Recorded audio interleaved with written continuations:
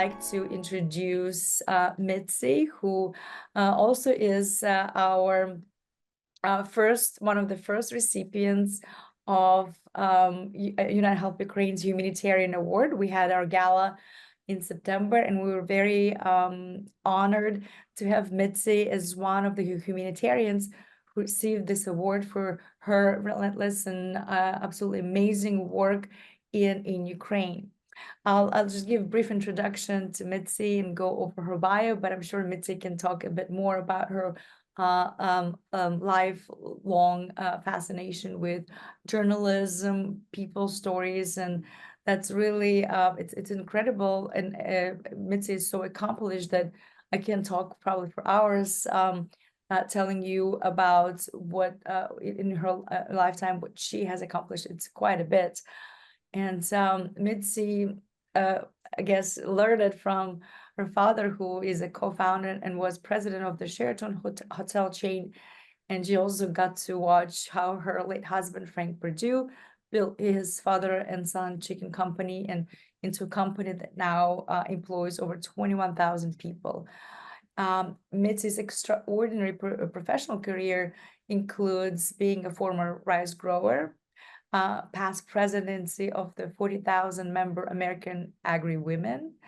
And as a writer in the 90s, Mitzi's nationally syndicated column, The Environment and You, was the most widely syndicated environmental column in the US.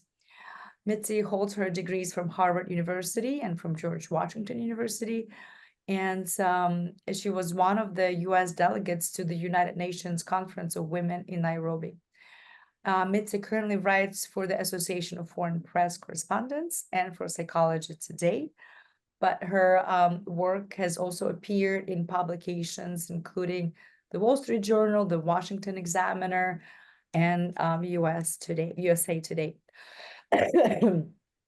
And I would probably ask a couple of questions, but this is really interesting that Mitzi is a war correspondent. And as a war correspondent, she has visited Ukraine already 4 times. And I know she's going again in February. And she was a distinguished guest of Kyiv Region Police. And I know I will ask you, Mitzi, because you became quite famous in Ukraine. And I know a lot of your interviews were conducted in bomb shelters while the cities she was visiting were under attack. And in December of 2022, Mitzi auctioned her emerald engagement ring for $1.2 million, and all the proceeds went to benefit Ukraine. I can go on and on about a lot of things that Mitzi has done to support Ukraine. And she recently launched her mental health global initiative. And as I said, it aligns with United Help Ukraine's mission to focus on the mental health crisis in Ukraine. So with this, it is my great pleasure to introduce today's speaker, Mitzi Perdue. So welcome, Mitzi. Anything that I've missed, because your career is quite extraordinary. And as a first question, and knowing how much you've done, we know that you give back quite a bit, and it was a central part of your upbringing and your life. Can you tell us more about your initiative on mental health, global foundation, and also all your philanthropy work that you're currently doing to support Ukrainian people? To answer your question, I want to tell a little bit of background about why I'm so eager to help Ukraine. And I don't have any Ukrainian relatives, but let me see if I can get the light a little better. My late father, he was a very successful man. He owned 400 hotels at the time of his death, but he told me that actually the money meant rather little to him. He told me that the greatest joy his money ever gave him was in giving it away, in supporting others. And I think he was, as an example, and my mother also, that it's really true that it's more blessed to give than to receive. And I got involved with Ukraine from a kind of neat way professionally. I am a writer, and one of the organizations I write for regularly is Psychology Today. And in July of the year of the invasion, 2022, I had written a story on human trafficking in Ukraine because, as I think could be widely understood, the the bad guys of the world, particularly the human traffickers, they converge on wherever there's really vulnerable people. And Ukraine was like the centerpiece for human trafficking. And so I wrote about that. And from my point of view, something wonderful came of it. The chief of police for, or the head of police for Kyiv region, uh, he said he had written his master's thesis on human trafficking, and he wrote to me an email inviting me to a Zoom. And on the Zoom, he invited me to come to Ukraine to see for myself what I'd been writing about. Well, 10 days later, I'm in Ukraine. And that began, from my point of view, a complete love affair with the Ukrainian people. I thought I'd never, in my 83 years, well, 81 at the time, in my 81 years, I'd never seen more cruelty and injustice and just wrongness counterbalanced by just extraordinary courage, resiliency, heroicness. And I decided that I wanted to spend the rest of my life doing everything I possibly could to helping the people of Ukraine. And that's my story. That's And I can keep on talking if you'd like, or I could wait for questions. I know this is great. This is a great background, Mitzi. Tell us a little bit about your mental health initiative, the Mental Health Global. I think this is and what you're doing, what you've done so far, and what are the plans for this foundation, how to develop, what to develop, and how to develop in Ukraine in terms of supporting people. We all of us, we know how much assistance is needed to support millions of people who have post-war traumas, and there's no system in place. So this is something that I know a lot of organizations are trying to do, and you have a very innovative approach. Can you tell us a little more about your initiative? Oh, I would love to. And again, just a speck of background for it. As a journalist who's writing with people or with whom the Ukrainian police introduced me to, they're the ones who document war crimes. So in the course of interviewing a couple of hundred people, I became terribly aware of the emotional and psychological side of what they've been through. I interviewed people with panic attacks, insomnia, anxiety, depression. I mean, I've heard estimates that at least half the population of Ukraine, probably more, has mental health issues so big that that it's hard to hold a job, difficult to hold a job, or to keep your personal relationships together. The need for counseling is just extraordinary. But here's what I believe is an accurate statistic, although I'm ready to be corrected, that in the United States, excuse me, I've got a cold. Bless you, bless you. Thank you. In the United States, there are 25 more therapists per person than there is in Ukraine. That means that if you have 15 million people in Ukraine right now who absolutely need mental health support, they're almost certainly not going to get it. I mean, some will, but most won't. And so I'm thinking as I'm interviewing people who clearly need counseling. In fact, a quick little side story. What really got me sensitized to it is I interviewed a 14-year-old girl who had watched both her parents be machine gunned down. This is in Bucha, by just random soldiers who for no reason killed her parents, and she's an orphan. And as I'm listening to her talk, I notice that she's talking in a monotone like this, and she's talking as if it happened to somebody else. And I'm with her for half an hour, and I'm becoming fond of her. You know, I'm a grandmother, I have a grandchild that age. I really want to help her. But I know, as somebody who writes for Psychology Today, that if you have severe disassociation and you don't get counseling, what typically happens to you without counseling is you're going to self-medicate. You'll find drugs, you'll find alcohol, and you're going to get a whole new set of problems that could terribly interfere with your life and probably shorten it. And so here's this beautiful 14-year-old girl that I'm fond of, and I asked the police translator, is she going to get counseling? And Irina Tkac says, not a chance. There are millions of people with issues as strong as hers, and there aren't enough analysts. We can't help her. This orphan is on her own. So I got to thinking, is there some way, since we just aren't realistically going to get enough therapists for everybody, uh, is there any chance that artificial intelligence could help? And for those who've tried ChatGPT or Grok or any of the others, you know that when you're talking with them, it almost feels like you're talking with a person. But one of the problems with that is, with using something like ChatGPT, is they frequently have inaccurate information. So since I have a background, well, it's a small background, but at least a little in computer science, I started wondering, could you take a ChatGPT kind of approach to talking with people and helping them with their problems, but you would tune it to Ukraine? You would use, yeah, when the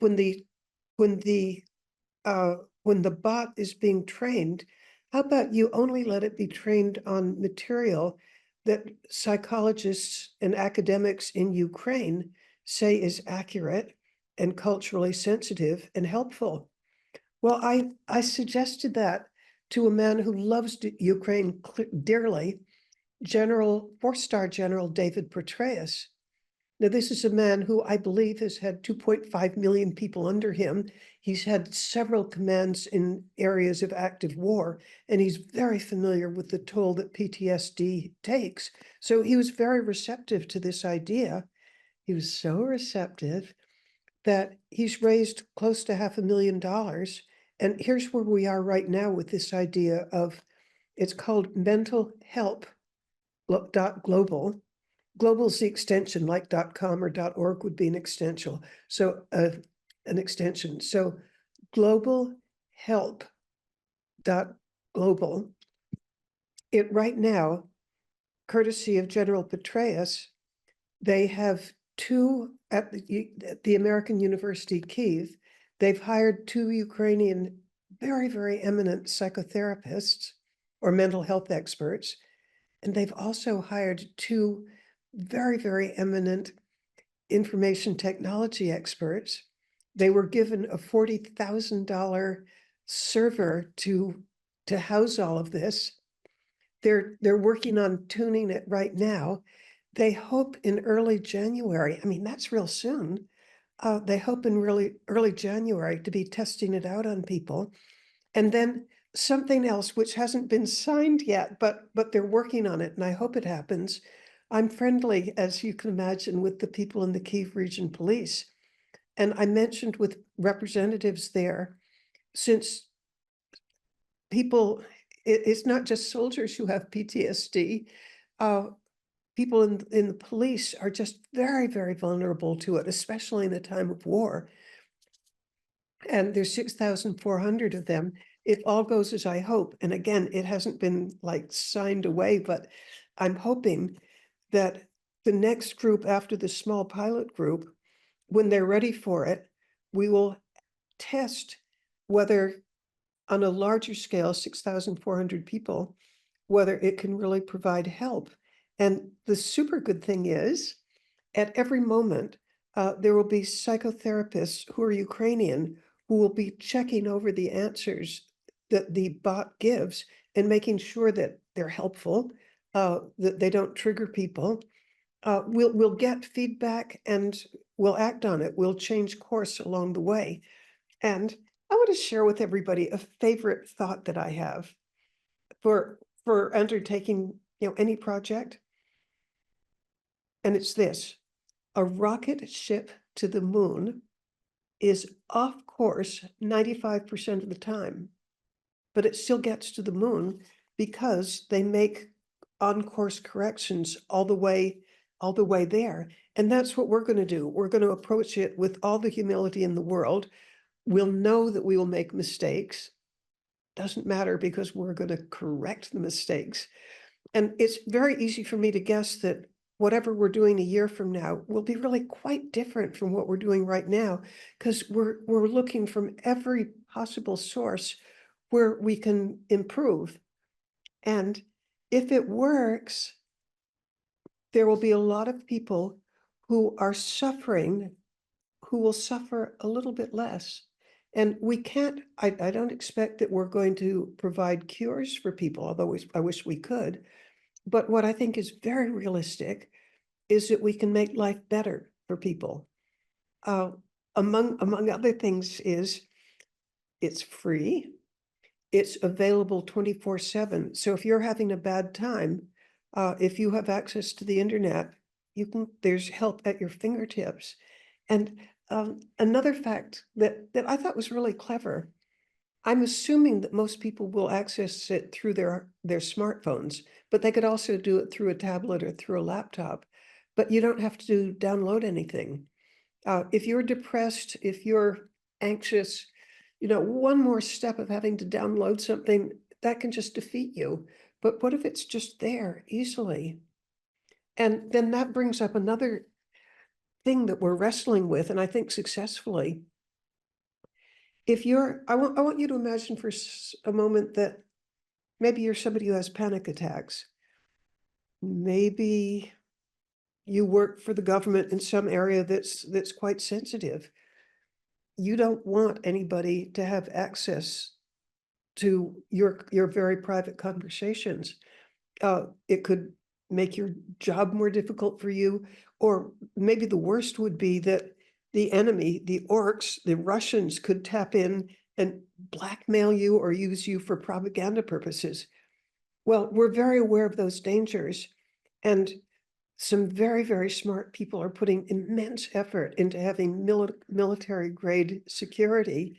And General Petraeus, who was head of our CIA, I think he knows everything in the world. Well, I'm exaggerating, but he surely knows more than almost anybody about how to have it absolutely secure. So if this works out, if we're able, well, I'm confident we can get the security part of it. If we can get the part that's really helpful, and we're inviting anybody who is part of this to give feedback. At the end of a session, there will be a section where you can say what was right and what was wrong.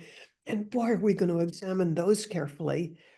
And my hope is that with all the fine tuning that we give it, that a year from now, we have something that really helps people. And let me quickly say that there are people that this is not designed to help. If the bot, which is trained to do this, discovers that, for example, you're suicidal or you really need help right now from a person, it will flag it and they will get help from a person very, very quickly. So we're not into suicide prevention. I mean, we want to prevent it, but we're not going to do it from a bot. That will be with a person. Then there's certain mental illnesses that I don't think a bot could help with, like, for example, schizophrenia. When we onboard the person, the artificial intelligence will kind of assess who we can help and who we can't help. And then one other factor that really matters, we don't want to pretend that the bot is a real person.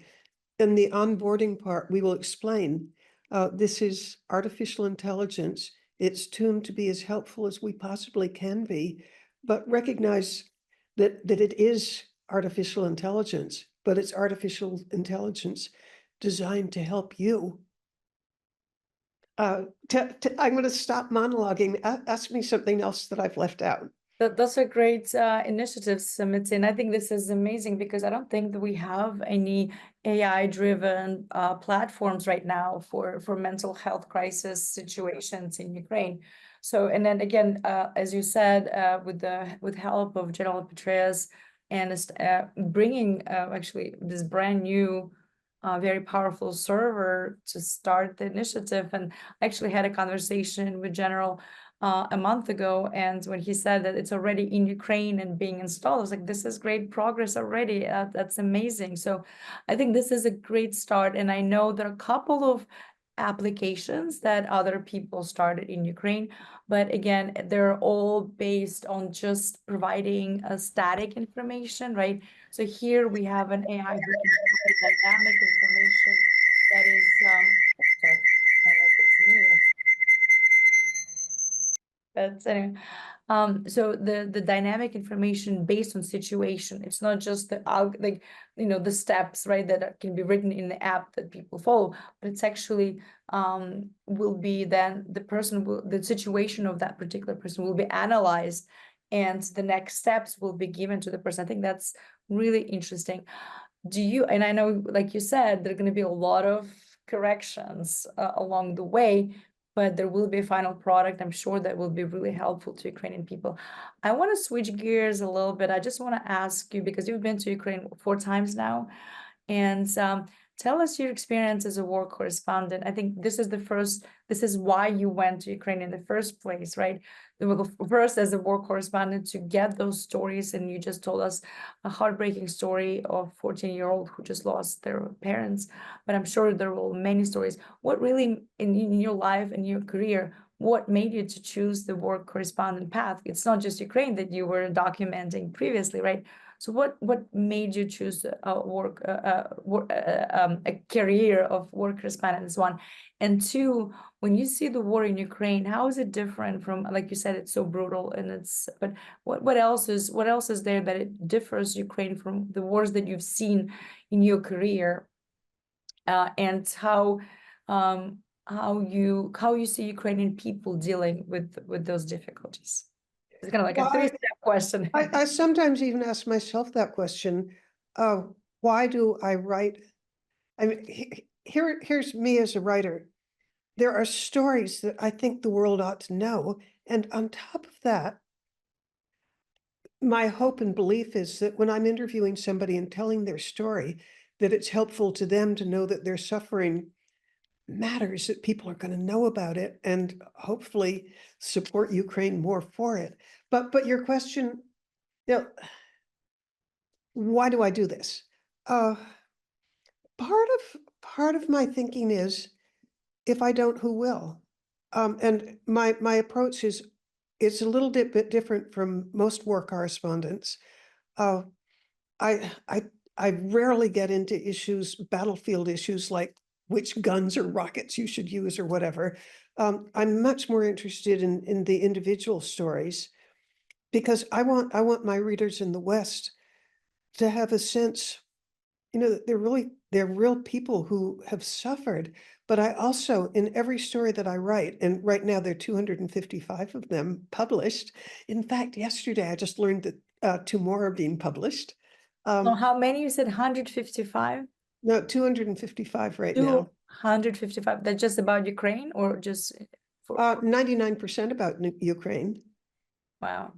Uh, and like, well, I try, my theory as a writer is that if you just have information, that doesn't really move your soul, but you hear about somebody who's lived through it or what it meant to them. Uh, I, I'm in business to influence voters. I want the people who read me to think, oh my God, we've got to support Ukraine. They're such good people. They don't deserve the horrors that Russia is inflicting on them. So uh, I don't pretend to be an objective. I'm not a reporter. I'm a columnist. And as a columnist, I'm allowed to give my take on things. I'm not just reporting the facts. And so I really do try to make it emotional. But I also have a theory on writing, and I'm pretty sure I'm right on this, but here it is, that I can't write things that are going to depress people. I mean, the subject is depressing as all get out, but I want to emphasize strength and courage and fortitude and things that you admire. So, my wish is that even though I'm writing about some of the darkest things in the world, I want the reader to come away with the idea of this is just strength and courage beyond imagination, resilience. response to just utter unfairness. The Ukrainian people didn't ask to be attacked.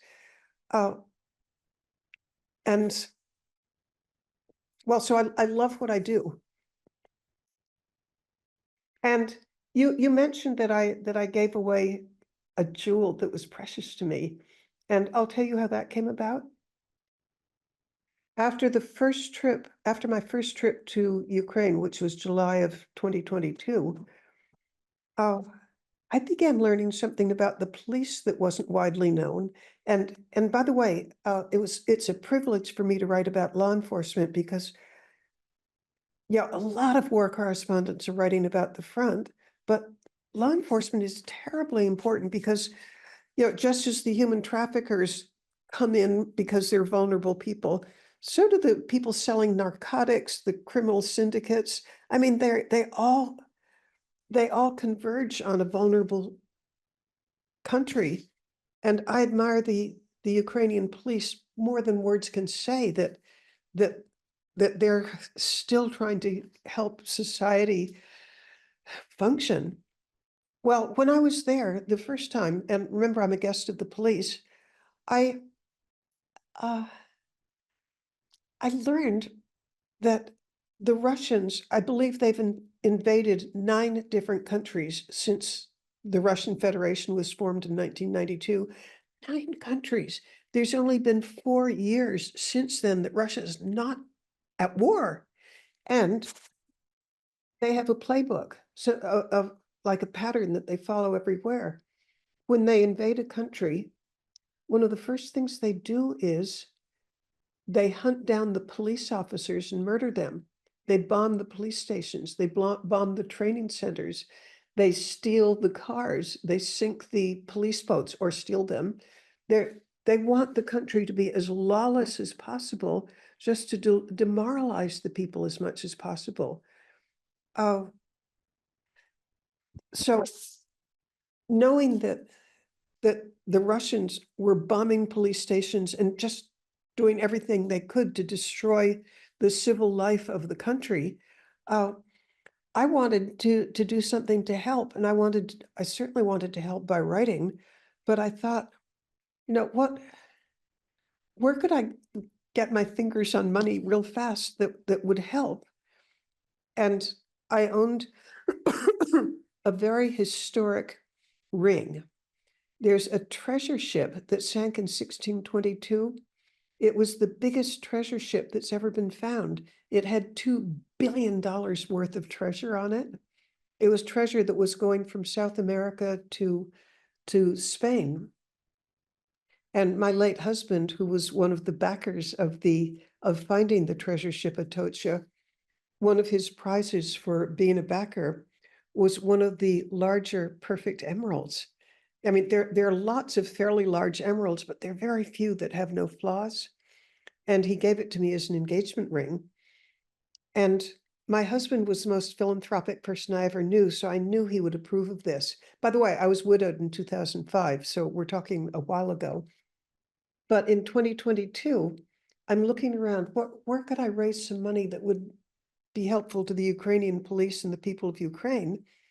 And I've looked at my engagement ring, and I thought, I could keep wearing this engagement ring, makes one person happy.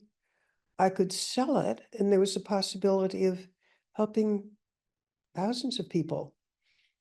I sold it at an auction. It brought $1.2 million, but it also did something else. It got global publicity for Ukraine. And, I'll never know, but I'm hoping that it might have inspired other people to sell things to benefit Ukraine. And I want to boast about some of the uses for it. One of my favorite has to do with human trafficking.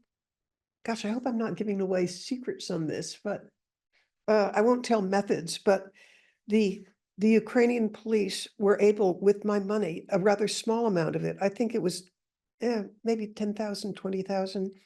They were able to buy surveillance equipment that's just extraordinarily clever. But in case of bad guys listening in, I'm not going to tell how it works. But the undercover agents, and I've met some of them who work on counteracting human trafficking, they were able to use my surveillance stuff so that here they are talking with traffickers, and it's being recorded and transmitted to people listening in. I don't know how far away they are, but they were able, the Ukrainian police, the Kyiv region police, were able to put away for like 15 years 11 human traffickers, a cartel of international traffickers. They were able to get the goods on them because of the surveillance equipment. And I have heard estimates that for every trafficker you put away, you're going to save 100 women. So that means 1,100 women may be saved because of my ring, and that was only one part of the ring. So, oh, do I feel good about Oh, that's an being with amazing Ukraine. story, Mitzi. That's incredible. And we started with you know, your father and your late husband being very philanthropical and you know, helping people. And like you said, your father didn't value money. He only valued money because you can do so much good with the money and help. Exactly, And exactly. that's amazing that you're, you know, you're taking it again and helping Ukrainian people. This is just such a story that's you know, for many of us. I think a lot of us are helping as much as we can, and a lot of us do have ties to Ukraine. But seeing community and people like you, without any ties to Ukraine, but this is just humanity on a different level, because you see the suffering, you see that cruel and absolutely evil war that, like you said, Ukrainian people didn't bring on themselves. It's pure aggression, and you saw Ukrainians who really want to, and they loved living in their country. So many Yes. are now away, right? Millions of, like, over 10 million people are now refugees because of this war. And a lot of them would love to go back to Ukraine. Some did, but like leaving, you were talking about first responders and that some of their stories aren't heard. We also, as an organization, we helped police, National Guard. We also help firefighters with their gear, and we know a lot of firefighter communities here in the US. We work with New Jersey firefighter department, here in DC, and Baltimore firefighter departments, Arlington County. They gave millions of dollars worth of their equipment. Oh, wonderful. Ukrainian firefighters, we helped facilitate shipment and distribution delivery, because it's something that is so needed, right? And what you just told us about, you know, being involved with Kyiv region police, we also know that Russians target first responders. They specifically do the second. We know that they hit a building once, and then and then they see that the firefighters, the medics come to rescue, and then there's a second hit. So this is like pure evil, right? You know that people are hurrying up to help and rescue, and then you hit again to target them specifically. Similar on the front lines, we know that they target any vehicle with the Red Cross, anyone with the Red Cross on there. So first responders are, unfortunately, not just the military, but the civilian first responders who are helping near front lines. And it doesn't have to be front lines. We hear about the attacks on largest Ukrainian children's hospital in July. How Wonderful. right? So how is that? So with Yeah, this, the inhumanity. Do you know it? It's actually made me more a woman of faith, religion, because seeing so much evil, you have to, if you've got any humanity to you, you've got to lean more towards the good, and that leads me to faith. right? So I know you're Oh, gonna have another trip to Ukraine. What are you planning to do in Ukraine? What are your goals for your next trip? And I know it's going to be in February. So what are you thinking to accomplish? And how is it different from your first four trips, this next one right, that's well, I'm going to coming be remarkably uncensored in what I say about this, but the goal initially was to visit with the people at the American University Kyiv and just see for myself how it's being carried out. But here's the part that is super honest. I'm not going. and I'm not going for a medical reason. And the medical reason has to do with, a year ago, I was told not to go back to Ukraine for the third time because I was on the murder list. Of that it had gotten back to people, I suppose, in the Kremlin. I heard from 3 different people who are very knowledgeable with like CIA connections and police connections, that I was on the murder list. Um, and I didn't take it seriously because I thought there are probably 500,000 people on the murder list, and I was probably way down towards the bottom and they wouldn't pay any attention to me. Uh, so I went back. And while I was there, the police took it seriously enough so that my 6 days there, I'm having round the clock bodyguards, special forces police with their AK-47s. Nothing happened. I return back to Poland, and I think I'm perfectly safe in Poland, but that's not true because they have contract people for the murder list. Because if you're in Poland, and I've heard this from retired CIA people, that there's a whole ecosystem that you can bump off somebody on the murder list, and you get all sorts of rewards from Russia. Well, I'm checked into the Warsaw Marriott Airport Hotel. I've got my key and I'm heading towards the elevator, and I see a couple that my instincts just told me, don't get on the elevator with them. So I didn't. I walked away. Half an hour later, I come back, they're gone. I get on the elevator. They get on the 2nd floor. And there's like a couple of minutes that I can't describe because I just don't remember it, but 100 journalists, according to Bellingcat, have had what I'm about to describe happen to them. One person on the elevator bumps into you real hard, and the other injects you, and you're not aware of the injection because you're worried about falling over. I have the scar from the injection, but I don't remember it happening. I get to my room, I have terrible trouble breathing, and I'm going to make the story a little bit short, but I had so much trouble breathing that I wasn't able to roll over on the bed to pick up the house phone to say, help, can't breathe. I couldn't do it, but I could still type a Polish friend. My fingers still worked, even if my whole body didn't. I typed a Polish friend, or I texted him, help, can't breathe, room 407, Airport Marriott. And he got it, called the front desk, and the front desk guy looked out and the airport ambulance was in the driveway. So they got the EMTs, the emergency medical technicians, to come to my room, and they gave me initially injections of, I think it's epinephrine. They thought I was having anaphylactic shock, had no impact, and I'm just going down real fast. The world's going black, and having trouble breathing is no fun. They tried a third thing, and they have all the EMTs have antidotes for Novichok.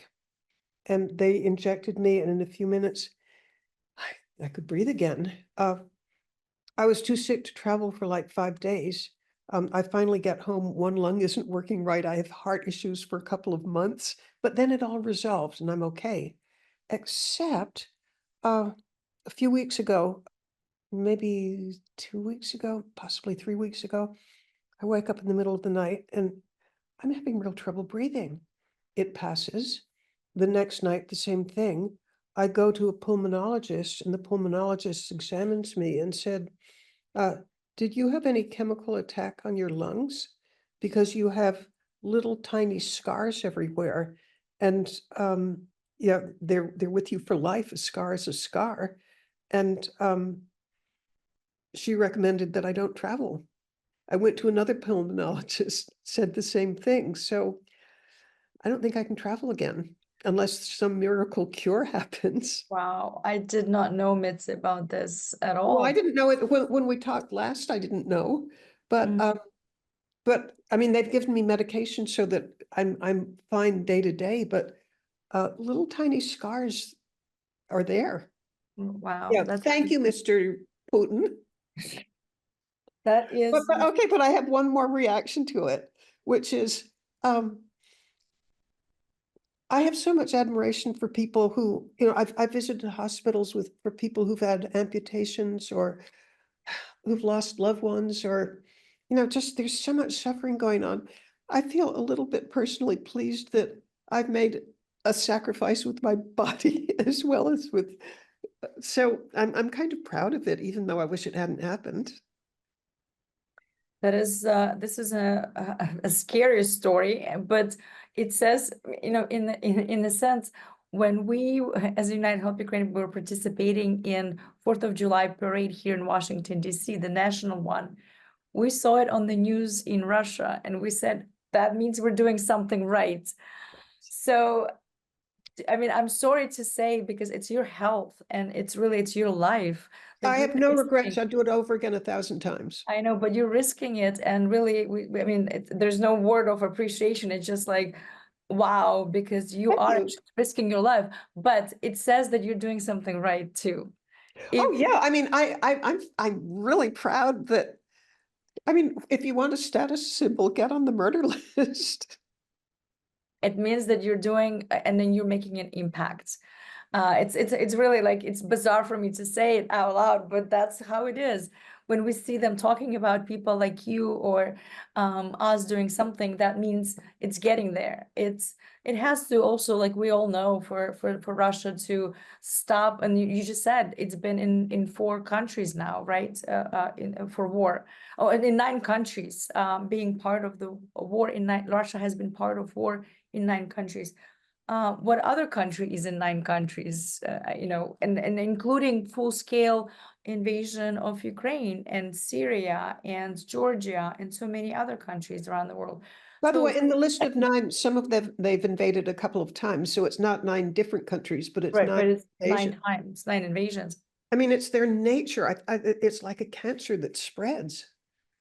Right. And I think the only solution to it is that when Russian people start opposing Putin's regime and opposing those wars, and this is when Russia starts breaking up. Otherwise, I think external forces probably won't be able to resolve the situation. It has to be internal desire of Russian people to live with the world like we all do, right? We all connect. We all want is to be a better place. And here we have a country that just goes as an evil and goes opposite. Some people, I'm sure Russian people, are against it, but they continue to support. And I know, actually, when we talk about Russian people, you describe the situation. I have a friend, she is Russian. She's a president of Free Russia Foundation. She was attacked several times. And what you just described, I Did was she have the same thing, the Novichok? very There's similar. a lot of us. Yeah. When it first happened, I had no idea that it wasn't just me, and then I keep hearing of people. Yes, and she described it as well as, similar symptoms, that she was sick for such a long time, and those symptoms come back. It's not just, they're gone, right? You're saying that now your lungs are scarred, hopefully not permanently, but for a long time. Well, here's what they said. It is scarred permanently because, I mean, just like if you have a great big cut and there's a scar, you have that cut, but it doesn't have to interfere with daily life. So Right. but my real reason for not going is if I had an attack, the kind when your blood oxygen gets too low, it's an emergency. And my blood oxygen, you don't want it below 90, and mine would get below 90, and that means going to the emergency room. I don't want to have that happen in Ukraine because I don't want to Right. be a burden to the system. Yeah, thank you, Mitzi. But I would go in a heartbeat if I know you're a brave person, and really, it's just amazing again that you've been risking your life, even knowing that you are on the list going to Ukraine. That's a brave thing to do. So great. Oh, thank you. Immensely, By the way, I want before this is over, or is it over? Have we already gone over? No, we can go a little bit over, and good thing is that we will then have this webinar on our website so people can access that, and a lot of people do that. So we have a lot of traffic to those webinars, and this one especially. I think learning about your personal life and those horrible moments of you being attacked and while returning back from Ukraine, I think those are something that people should be aware of.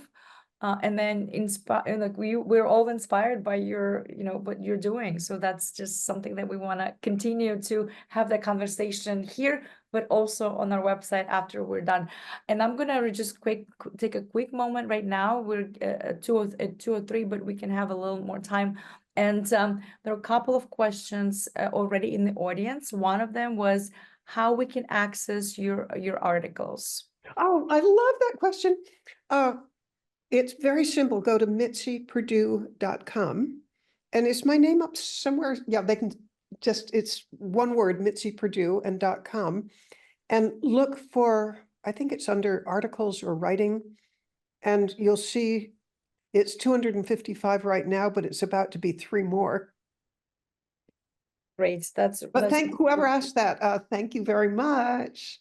Yes, we will definitely we'll keep it with our webinar, so we'll have that link so people can use and read those stories because they're absolutely amazing. Oh, we have Help Ukraine already posted MitziPerdue.com articles by Mitzi. So please, here's the link for anyone who would like to look at it and use it. Terrific. Any other questions from the audience? I know we have quite a bit of people listening to this, and this is really inspirational, scary, but also there is hope.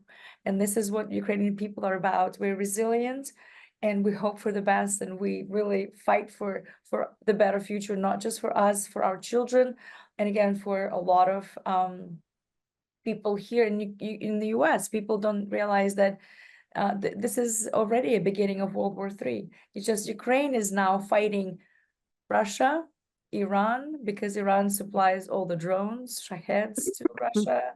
And now Ukraine is fighting also North Korea. Northern Korean soldiers are fighting in the front lines. So if it's not World War III, what is it? It just right now it's Ukrainian soldiers. And of course, we know that the US and Europe are helping immensely with weapons and technology and other support. But it's something that we really need to continue to support as much as we can, so Ukrainians can win, not just defend themselves, but win, because it's not going to stop on its own. Scott Fox had a comment here that most Americans have no idea of the atrocities in Ukraine committed by Russia. How best to do a better job educating? Okay, I'm devoting my life to that. His name is Scott? Yeah, Scott is here, and I think I see his is here with the camera on. Hi, Scott. Hey, Scott, nice to meet you. As a writer, well, a lot of my stories are on the atrocities. But the thing I struggle with as a writer is if it's too dark, people won't read it. And that means that I have to tamp down some of the horrors that I've heard. I mean, I've actually interviewed people. There was a time when I was with an American police officer who happened to be in the building when I was interviewing, and he listened in. And at the end, he said, you know, in my, I guess 25 years as a police officer in Arlington, I've never heard anything so awful. It's beyond the ken of most Americans. And, I always am weighing how much can I tell of the absolute goriness of it without having people not willing to read it. So I struggle with this. I want to be as realistic as I can and not scare people away. But the question was, how do we get more Americans to know? Clone me. I'm kidding. Thank you, Mitzi, for this answer. Scott, I hope that answered your question, but I think you're absolutely right. And this is something not only American public, but American government needs to know more and more, because oftentimes, and I think it's in Ukrainian culture as well, to kind of put it all internally and fight and then deal with this, right? But no, this is the time that those stories need to be out and need to be heard. And there are so many of those stories that it just, I know it really hard for people to talk about personal experiences, but they have to. And we've heard, horrendous stories already, but and there's going to be more to come. And I really appreciate Mitzi, people like you correspondents and journalists who are documenting all the war crimes. And there are a couple of organizations that do that. They document all the war crimes. I've interviewed some of the people who do it. They're some of my sources. And by the way, anybody listening, if you have a story that relates to Ukraine, write to me, Mitzi at MitziPerdue.com. I answer all emails that come to me. Yeah. So, and we have also couple of comments from Natalia Proskura. Can we share with you some stories about artists who decided to stay in Ukraine and work to preserve the culture and to teach kids in Ukraine? Of course. Yes. By the way, I have a stepdaughter-in-law who's an artist, and I wanted to boast to her because I'm fond of her and I wanted to impress the lady. So I did a little search on the word art in my 255 articles in my database, and almost 10% of my stories are about the role of the importance of art for preserving the culture, for giving people an understanding of what they're fighting for. And art in so many ways, whether it's like posters. There's a woman who's collected, I forget how many, but like 450 posters of resistance and put it in a book that's being sold in America. Art it's just all important. So yeah, I would love, Natalia, I would love to write on what you're doing. And that address again is Mitzi, M-I-T-Z-I, at MitziPerdue.com. I'm waiting to hear from you, Natalia. We have one more. Thank you so much. Thank you very much, Mitzi. It's an honor for me. And thank you very much, Marina. Yeah. Of course, thank you, Natalia. So we have a couple of comments and also a couple of questions. One is, and it's actually a very important part, is how can we counter the position, or what is your position? So many Americans think that they just want to end the war at any cost, just to stop the killing. I actually had a conversation with a great supporter of Ukraine this morning, and that was the question. He's American, and that was his question to me. Are Ukrainians ready to give up the territory? And I was a bit shocked because that's the person who really helped so much in the past. But that was an honest question because of the new climate, potentially new political climate. What would you say to people who ask you, are we ready? Are Ukrainians ready to give up this territory? What would that mean? Okay, my first 3 trips, I would have said, no, don't even think about it. Yeah, I was hearing talks of strength and resilience. In September, the people I talked with, and these include like Ukrainian journalists and people who know,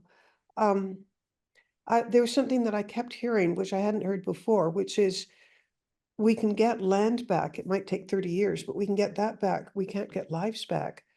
And then I read, again, who knows what to trust, but I read that there was some polling done that said 55% of Ukrainians endorse the idea of we'll get the land back later, we can't get the lives back.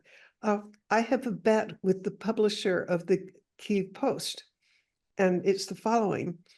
I bet that Trump will surprise us to the upside. I hope I win that bet. Yeah. We have another question very similar to this. I mean, it's not similar, but I don't know if it's probably addressed to you, but it's maybe from a psychological point of view. I don't have a question. I mean, I don't have an answer to that question. How can we convince Ukrainian men of fighting age who are refugees now and abroad, right, to come back and return to Ukraine to help defend their country? Okay, my big hope is that the war is over fairly soon and that they will come back. And I will tell you something else that I hear in my profession. I'm aware of all sorts of people in many different countries that are figuring out what they can do to help with Ukraine reconstruction. They want to plan it now so that when the war does end, they're ready to swoop in with as much help as possible immediately. So a lot of people are thinking about the end of the war. And at that point, maybe people will come back. Please, please, God, may they come back, because you need the population. No, absolutely. And I know John also, John German, he left a comment that you spoke about amputations, and he's working to ensure that everyone in the world who needs prosthetics gets the most appropriate ones. So I think John is doing a great work equipping centers in Ukraine. Thank you, John. And he also had a question. People need to know how they can help. So what is your answer to a question? How can we help? Well, anybody. Actually, I get these questions a lot. How can we help? Okay, anybody who wants to help with the mental health issues, and by the way, they are just so important because you don't see them, but there's an awful lot of suffering. And then on top of that, somebody with severe mental health issues, it's awfully hard to hold a job. So for the economy of Ukraine, you would like to help people get over panic attacks or anxiety or insomnia or the whole, all of them.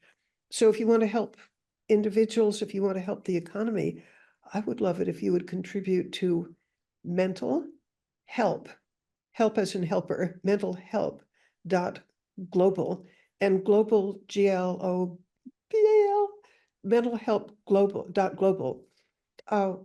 We're the ones who are working on providing mental help, almost sort of like a hotline, except much more. It will, for individuals who are suffering, they'll have a chance of knowing that they're not alone, that there's organizations that are trying to help them, that will explain to them that, like one of the women with panic attacks, she wasn't really aware that this wasn't just some awful thing that happened to her. It was hugely helpful through the bot to learn that huge numbers of people are experiencing just what she is, and that each panic attack doesn't last for years. No, it's probably going to be over in 10 minutes.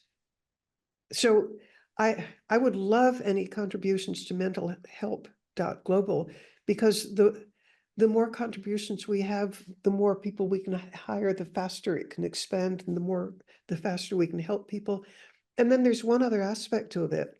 I have talked with the past president of the United Nations General Assembly, Dennis Francis, and he's very interested in this because he said what we learn in Ukraine, we could copy throughout the world. Thank you, Mitzi. That's it's very insightful. So any other questions that we have? We have about a minute. We're already over, but I think last call for last question. If not, I would like to thank you, Mitzi, for everything you do for Ukraine, for your generosity, for your amazing work as a war correspondent, as a co-founder of mental health global initiative. I think you're doing an incredible work, and I hope you stay safe. Thank you. And please take care of your health. That's important because people like you are absolutely inspirational. Everyone here said it was a very interesting and very inspiring talk. People received a lot of information. So I'm so happy that we had you right before the holidays to inspire us all. I think this is again giving season. It's a holiday season, and because of generosity of people like you, Ukraine is still surviving. Will survive through this winter. People are resilient, but again, it's because of the help of the world that they really feel it. They know it, and they are very grateful for our assistance. So with this, I would like to end our webinar. Again, I would like to thank Mitzi for being with us. Amazing, inspiring, and a very educational conversation with you. And I hope we can continue our collaboration. Lots that's coming up that we can talk, and then we will. And I hope we can join our efforts to support people of Ukraine with the mental health assistance. Happy holidays to you all. We have actually a very special gift catalog, so people can gift their loved ones, their co-workers, or anyone else, a generator, a lights, a session for the children in the psychological hub. So there are a lot of different items that you can actually give a very meaningful gift this season to your loved ones, and those who know you would be. It's just the gifts that will keep giving. So you can visit our website at unitehelpukraine.org. You'll see that Gifts of Hope catalog that you can purchase items that will be delivered to those in need in Ukraine in your name, or the name of someone who you're gifting it to. So all the details are on the website. So thank you all so much. Happy holidays, Merry Christmas, Happy New Year. And we hope next year is victorious. We hope it brings peace and end of war.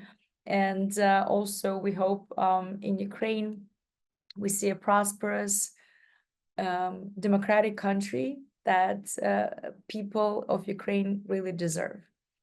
So thank you all so much for being with us. Happy holidays, and we'll see you in 1 month. Please subscribe to our newsletter, and our we send those constantly, and we do have monthly webinars once a month, usually at the end, last Wednesday or a Wednesday before last, the same time, 1 p.m.